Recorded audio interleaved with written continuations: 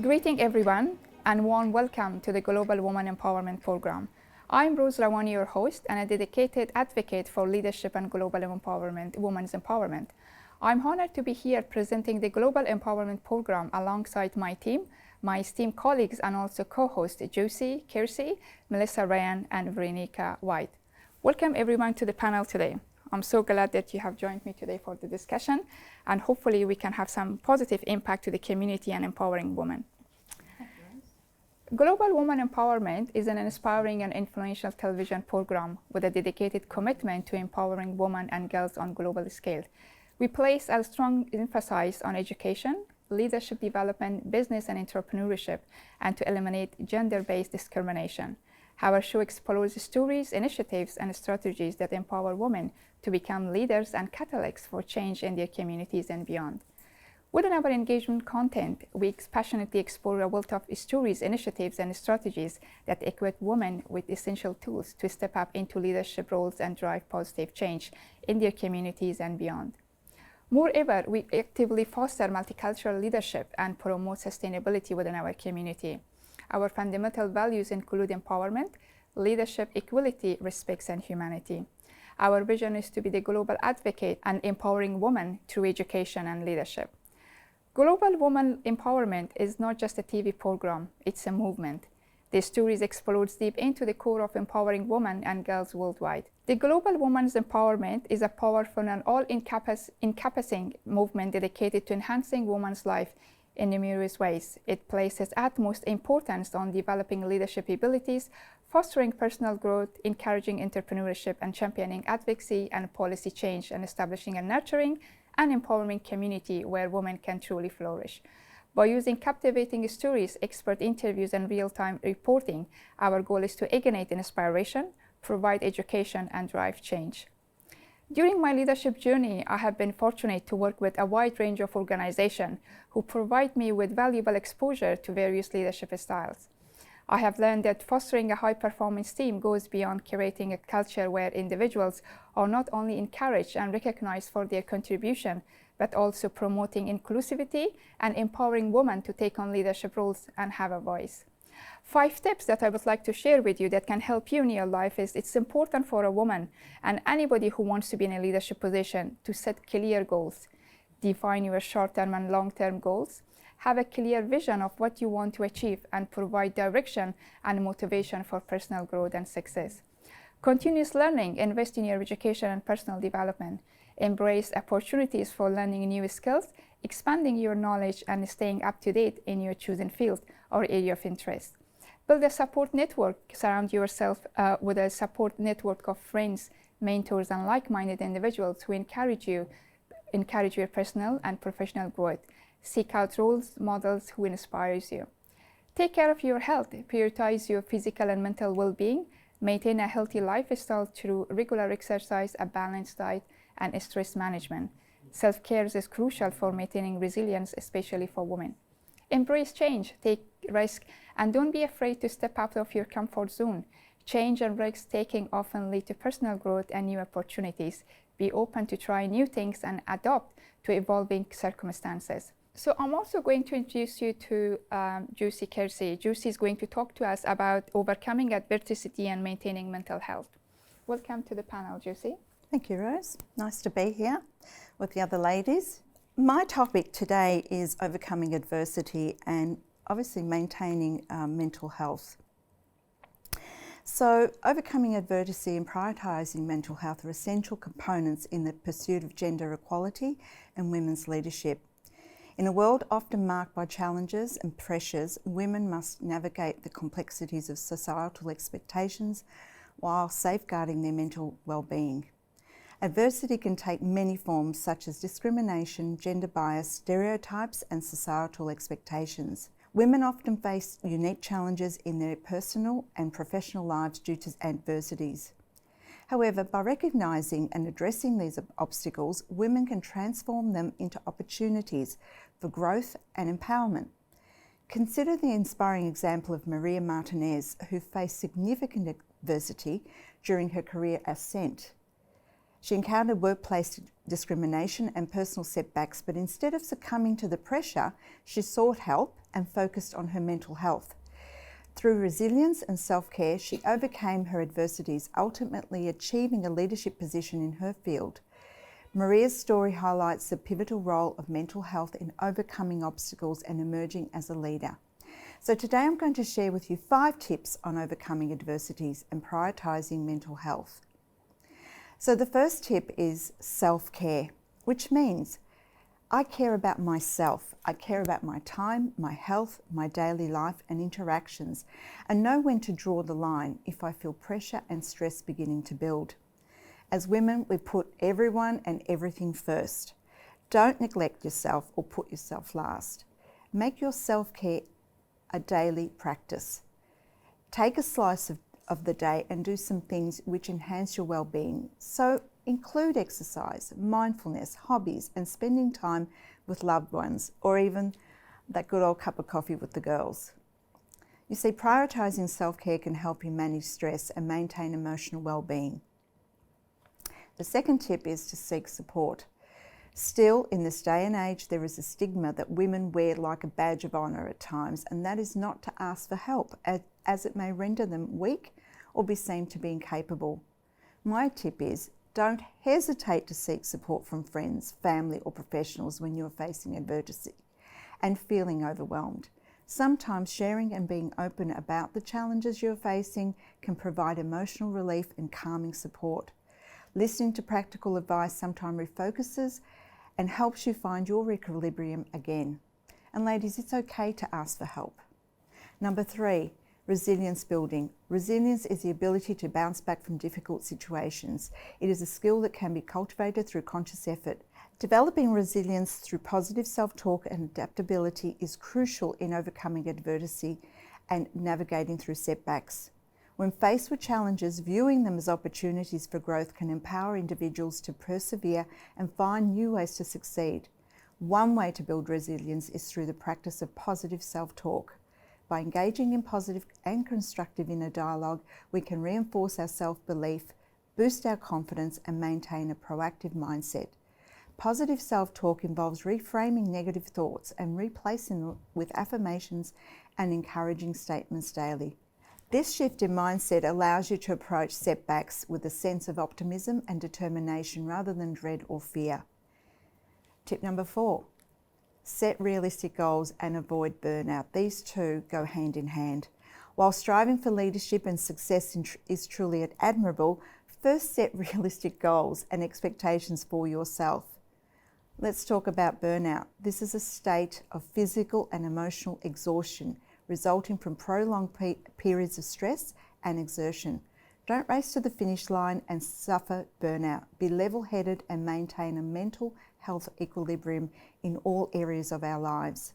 Sometimes when we are in the pursuit of success and leadership, it is important to acknowledge the significance and execution of setting realistic goals and expectations for yourself. This approach not only prevents burnout, but also ensures the maintenance of mental health in all areas of our lives. While striving for greatness is admirable, it is crucial to strike a balance between ambition and self-care. Setting realistic goals allows you to have a clear understanding what is attainable within a given time frame. By setting goals that are within your reach, you can experience a sense of accomplishment and progress, which further motivates you to continue your path towards success. Unrealistic goals, on the other hand, can lead you to frustration, discouragement, and ultimately burnout. By setting realistic goals, individuals can avoid pushing themselves to the point of burnout. It allows for healthier pace of progress and ensures that your energy and enthusiasm are sustained over the long term. So my last tip is normalise mental health.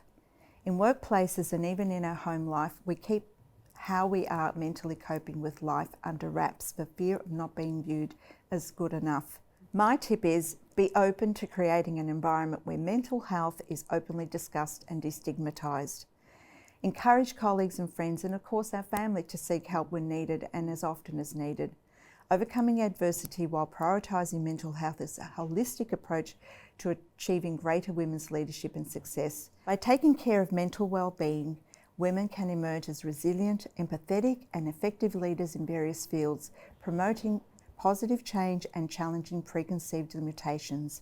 So my bonus tip that I leave you with is to block out some self-care time during the week and note the difference it will make to your work-life balance.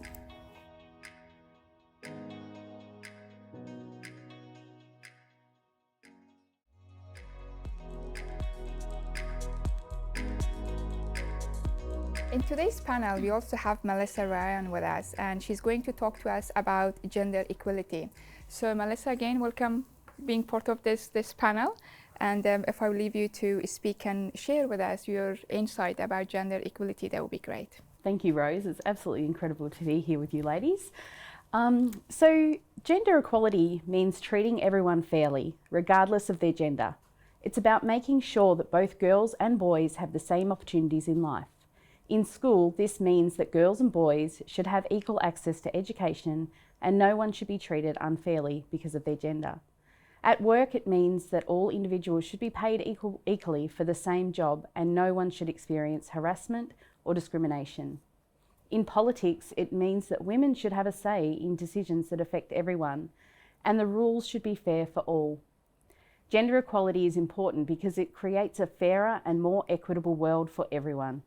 When women are treated the same as men, it benefits society as a whole. Women contribute diverse perspectives and innovative solutions to various challenges.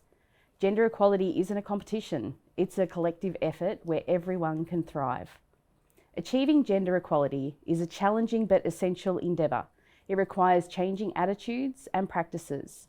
However, the effort is worthwhile because it allows everyone to reach their full potential regardless of their gender. Knowing Maria, for example, a girl from a village where girls were historically denied access to education.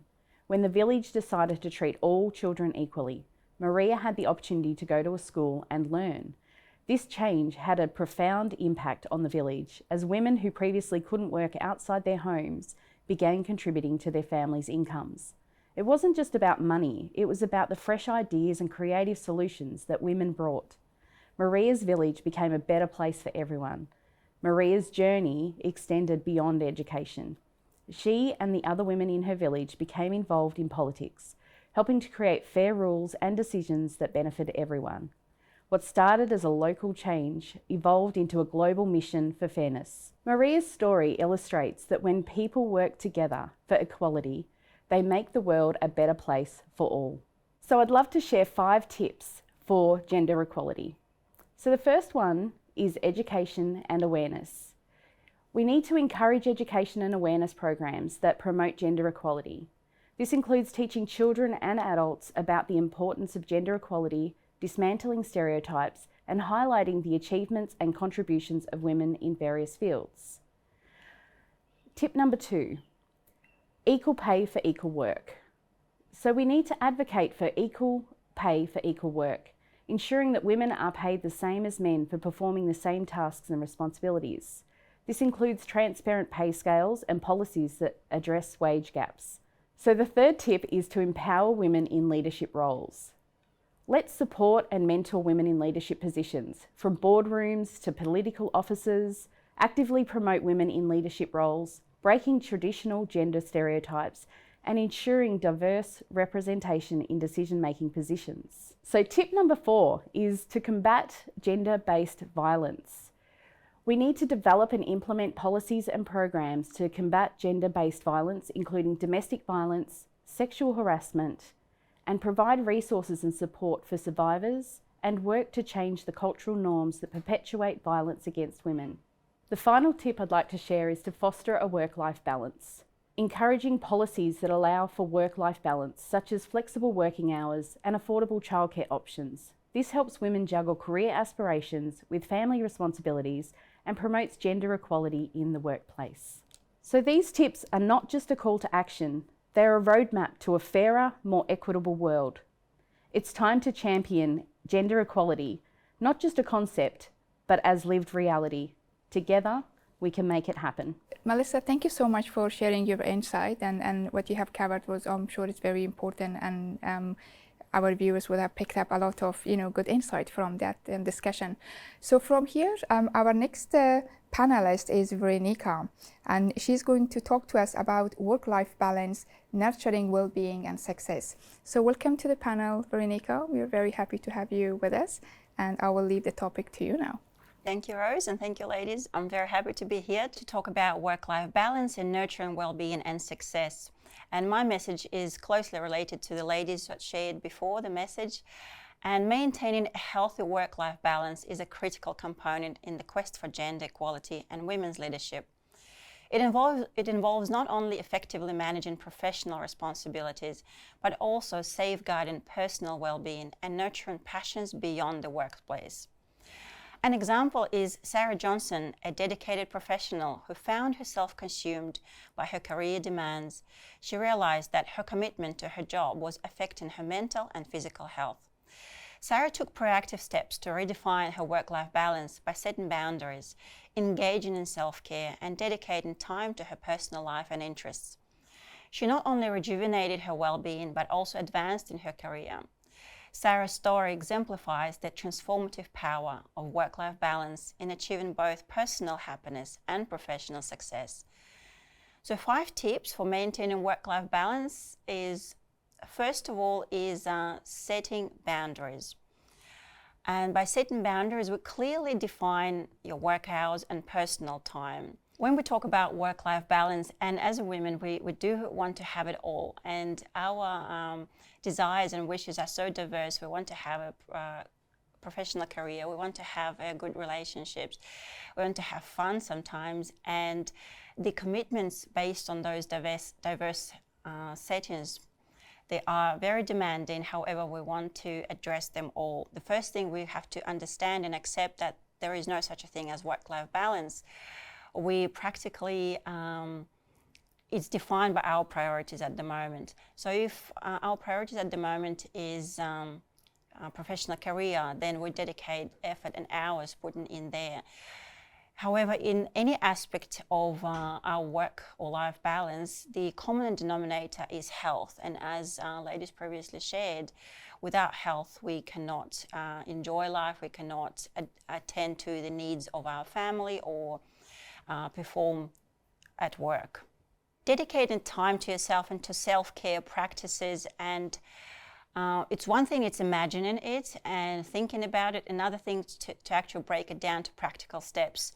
And we use heavily our calendar for the work appointments. However, we do need to schedule the time for self-care, and for women it might mean to go to some beauty treatments or to catch up with her friends. So exercise is very important, mindfulness, etc. So one of the main arguments I hear all the time that I don't have either finances or time. However, there is a saying that if you don't find the time for self-care, you definitely will sooner or later find the time for doctors and the expensive treatments. So prevention is the best cure, and I really encourage women to address it and to schedule it and put it in your calendar. So maintaining your physical state is very important, because there is no separation between mental state and physical state. I haven't seen a person who is physically not well but completely and totally mentally healthy. So it goes together. So if you're stuck and you don't know where to start from self-care. So one more thing I would like to share is setting your boundaries and learning to say no. Recognize your limitation and be willing to decline additional work or commitments that may overload your schedule. Work-life balance empowers women to not only excel in their careers, but also lead fulfilling lives outside of work. By following these tips, women can ensure their well-being, fostering their resilience and vitality needed for women's leadership in various professional and personal domains. Veronica, thank you so much for sharing your insight about such an important topic. And at this stage of the program, I would like to open up the topic about gratefulness. And I think to be an empowered woman and have a great impact in society, in your home and in your community, it's important to be grateful of what you have and what you will have in the future. So the topic that I'm going to open for the panel is about gratefulness. The first, Josie will be first, and I think if you can share your insight about gratefulness and how that helped you in your life. Look, Rose, thank you. Gratefulness is a wide subject because it encompasses quite a lot of things. But in my life, I was always taught as a little girl to be grateful for the food, for the clothes, for the education, for all the good things that my parents and my grandparents provided for us. So for me, gratefulness is almost the same as breathing. It comes hand in hand because you have to be grateful for the things that you are given every day, you know, to be blessed with the things that we are given, and particularly in the climate that we're living in at the moment. Gratitude is a prayer for me. It's saying thank you for everything, and it nourishes the soul. Yeah, wonderful, wonderful. And when you mentioned that thanking for everything in advance, I think that has got such a big impact. And this is sometimes that's what I do in life. Like before doing anything in life and before taking any action, I would like to thank, you know, the universe, God, for giving us that opportunity to make that happen, and also the people who's gonna come with us and get together and make that happen. So I think the more grateful we are with what we have and who we impact, I think you know, the universe will help us and give us more of that. So I will with the viewers, I will share one of the book that I was recently reading, and that was basically the topic was about gratefulness, and I will share that soon with our viewers. Now, Melissa, what is your insight about gratefulness? How do you use gratefulness in your life to have an impact or something that you want to achieve in life? Yeah, absolutely. So one of the things that I do is I think a lot of people think gratitude is a practice and something we do. And it is, but it's also about invoking a feeling within. Mm-hmm. So when we're grateful for the things that we are grateful for, so whether it be, you know, having a beautiful sunshiny day or our families and many other things, and then it invokes like a beautiful feeling within. So that creates a happiness within. And I think that if we're not grateful for every moment, and whether they're being grateful for the things that are going wrong as well, because they give us the lessons that we need in order to help us grow. So no matter what's going on for you, I think that taking that step back and looking at the situation or the challenge or whatever it is that lies ahead of you, and asking yourself, what is it in this that I can be grateful for? And then using that as a way to move forward.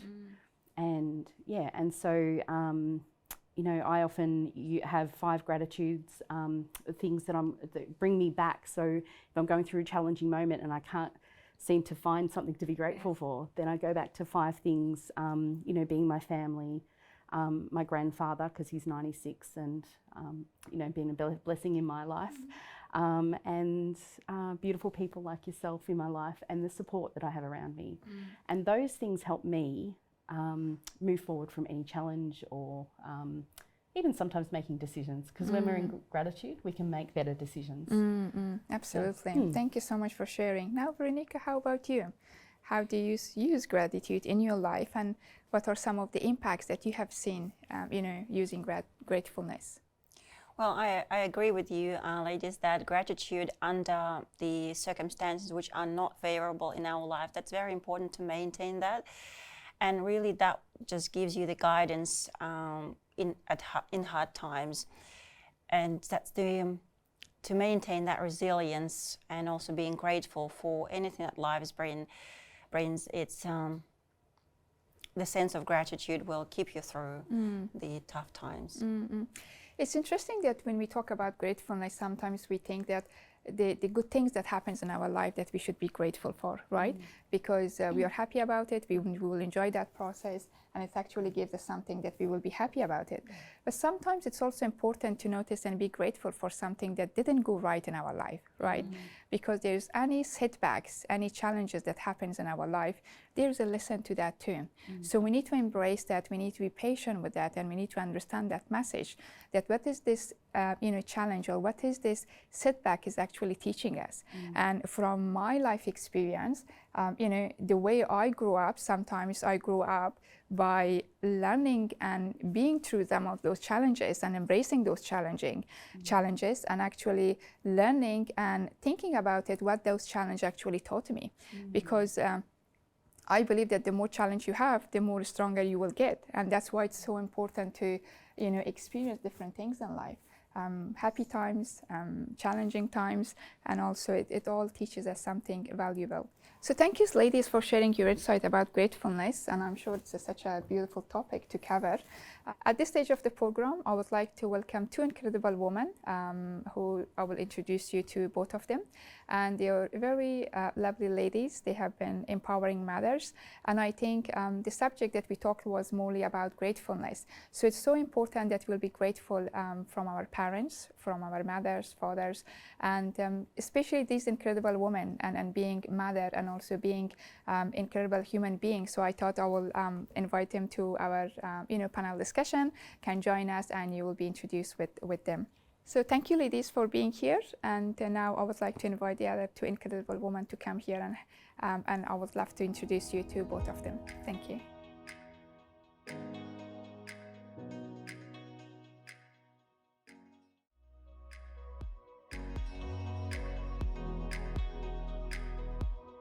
As we have discussed about gratefulness and shared our insight about how important it is to be grateful in life, and grateful to our parents and our families, and particularly to our mothers, I have got today two incredible women that I would like to introduce you. The first one is Meena Rawani, she's also an incredible woman at home, at society, and I'm so thankful to have her in our show today, and she's also my mother.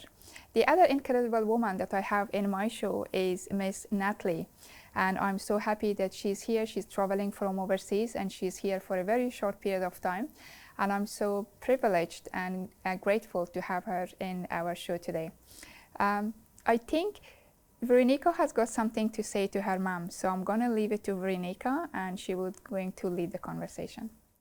Well, thank you so much, Rose, for first of all that it's a very special moment for me that my mom is here, and we are on air, and it's amazing to express my gratitude.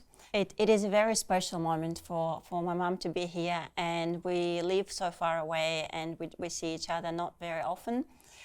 And by her being here and being so supportive and providing that mother's energy, that's simply incredible, and I'm very grateful for this moment. And I just would like to acknowledge, the role of mothers in our life is incredible, it's pivotal, and so much depends on that relationship and nurturing those relationships. Absolutely. And also, having said that, that relationship that you build up with your mother is so unique. And I would also take this opportunity to thank my mom for her incredible work that she has done through her life, bringing us as women who are passionate about women's empowerment, women who would like to contribute positively to the society and add value. So thank you, Mom, for being a great mom. Thank you for being a good friend. And thank you for bringing us thinking and teaching us life values and how to be a good human being. So thank you so much for that. Thank you to having me today, and also I'm grateful for you to have this situation for us as well. Thank you.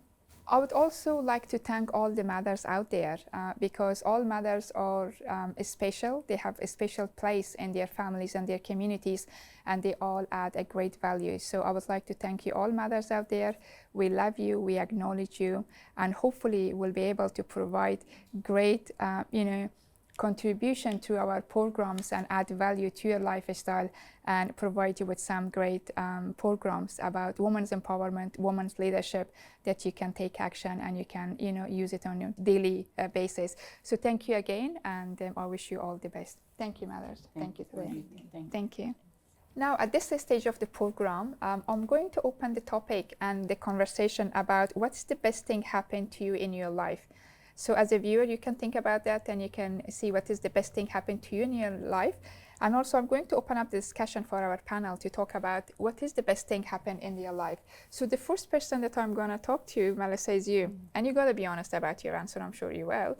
So what is the best thing happened to you in your life in 2023? Yeah, well, honestly, Rose and Veronica and Josie, it's actually this TV show with you three beautiful ladies, because we have the opportunity to be able to provide our community with an amazing insight to empowering global, Women globally. Yeah, women yes, globally. absolutely. And I think it's such an incredible initiative.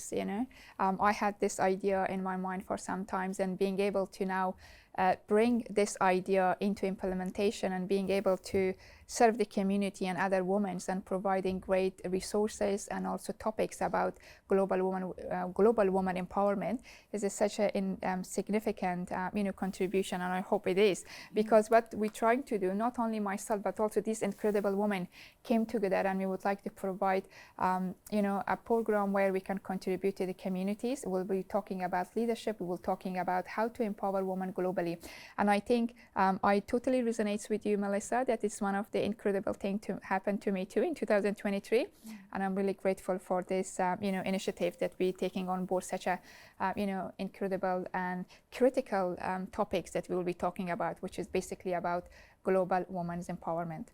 Now, Veronica, how about you? So what's the best thing happened to you in 2023? Well, I have to say it again that the best thing what happened to me this year, it's a visit of my mum, and we made lasting memories. She didn't come to Australia for 10 years, so it was incredible time, and it's so special moment that she could participate in this project, and this project is incredible. I just really see how so many women could receive that message about so many things that are important to them, and I'm just so happy to be part of it. Wonderful. I'm so also happy to have you on board, and you have been incredible in this journey with us and with me. Thank you so much for being here. And also, Josie, how about you? I know you're a busy woman. You do amazing things with making people's life happy, whether it could be from event management or providing incredible events for them. What has been the best thing happened to you in 2023? Well, Rose, thank you. But so for 2023, for me, has been a series of events. One of them being, I set my mind to, being a qualified counsellor. So I got my diploma this year. So I am a qualified counsellor now. That was one of my dreams and my goals. My next portion came when you asked me to obviously participate in this program, because it brought together all the elements that I have worked with, and all my events are all about inspiring women to excellence and inspiring them to see beyond their doubts and their fears.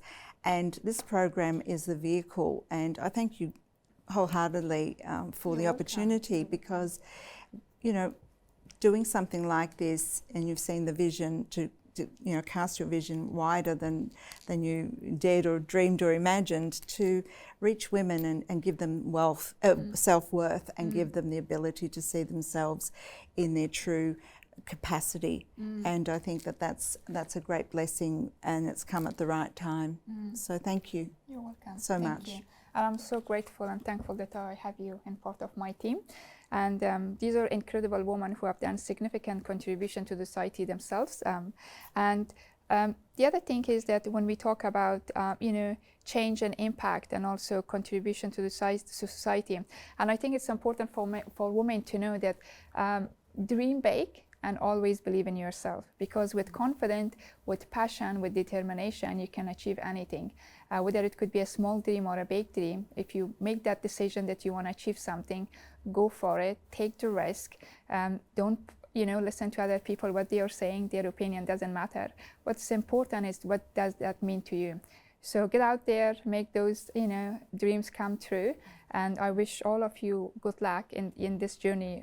And if you need our support in any ways that we can support you, whether it could be you joining us and joining us with this movement, we encourage you to come along and join us.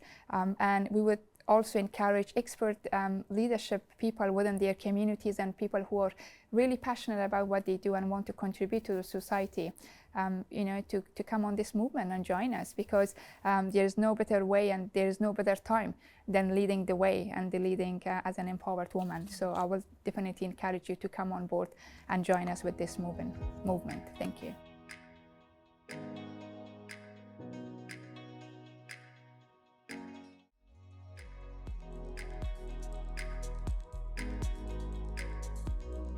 Now, as a team, we have prepared some quotes for you, because when you read you come across different type of quotes that could be very empowering for women, and each quote has got a meaning and purpose and a way of communicating something positive back to you.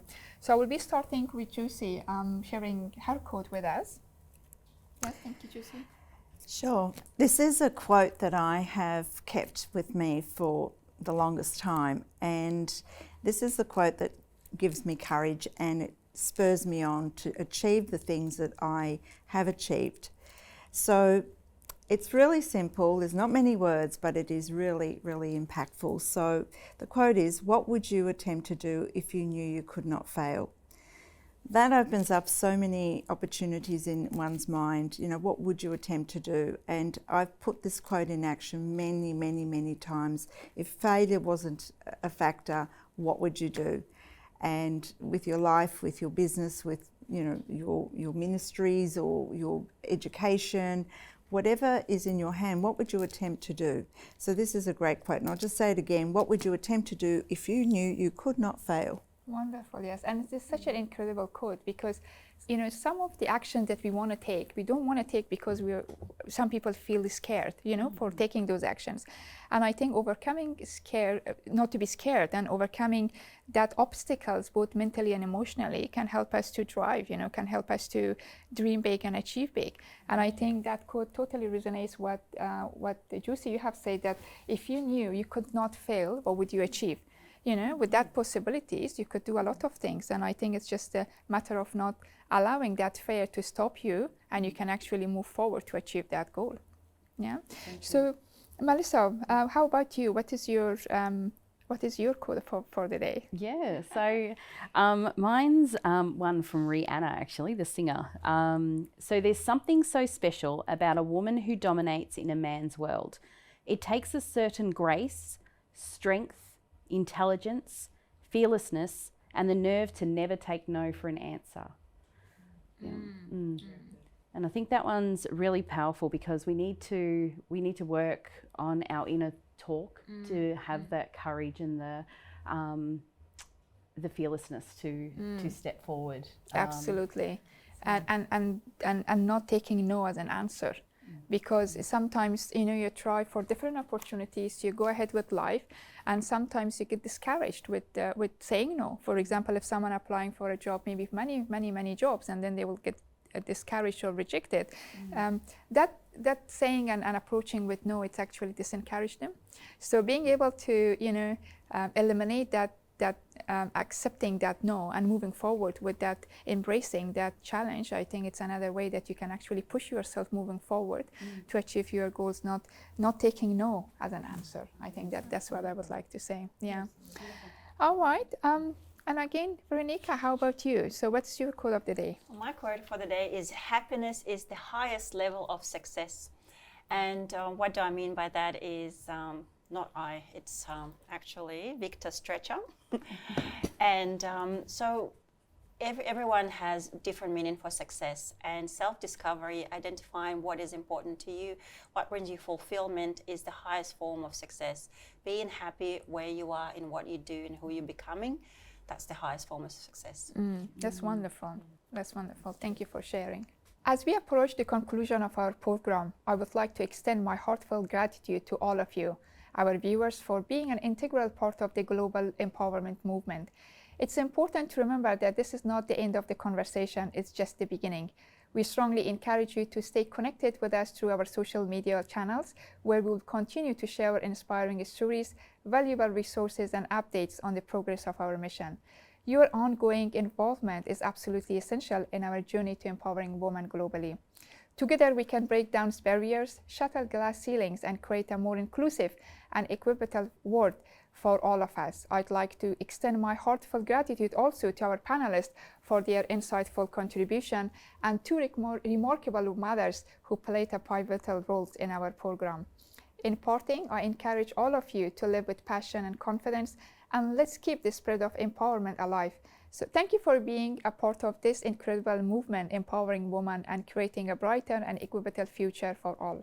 And we will see you next time. Thanks for joining us.